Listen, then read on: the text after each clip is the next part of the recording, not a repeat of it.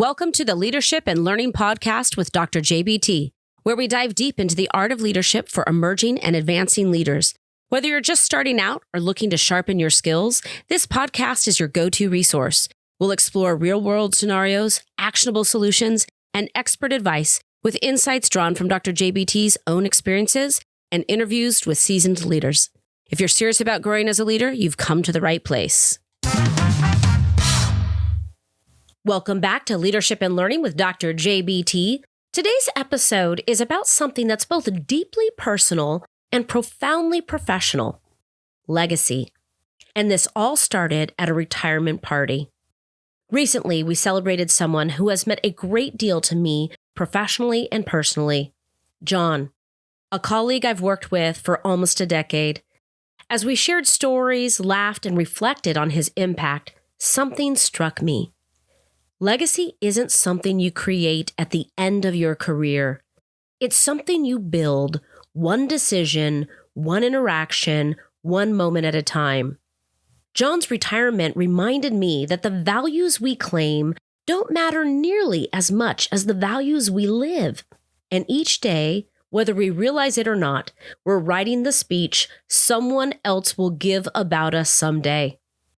So whether retirement is right around the corner or still a few decades away, this idea of legacy has already started. Retirement parties aren't about resumes. They're not lists of accomplishments or job titles. They're about impact, how someone made people feel, how they led, how they navigated challenges, and the character they displayed when no one was watching. What stood out at John's celebration wasn't just the quality of his work, although he is the best registrar I have ever worked with. It was his humility, his steadiness, his consistency, the way he always took time to support others, the way he elevated others. Those traits didn't appear overnight. They were formed through thousands of moments where he chose character over ego, collaboration over control, and service over recognition. And that's what legacy really is. It's the accumulation of our daily decisions. Every day, we make small choices that over time define who we become. Do we give credit or take it? Do we react or respond?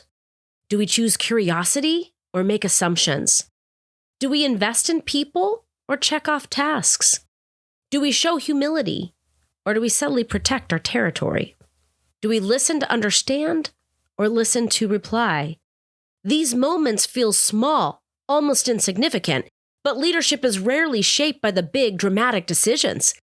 It's shaped by the daily ones. John didn't wake up one day as the humble leader everyone admired.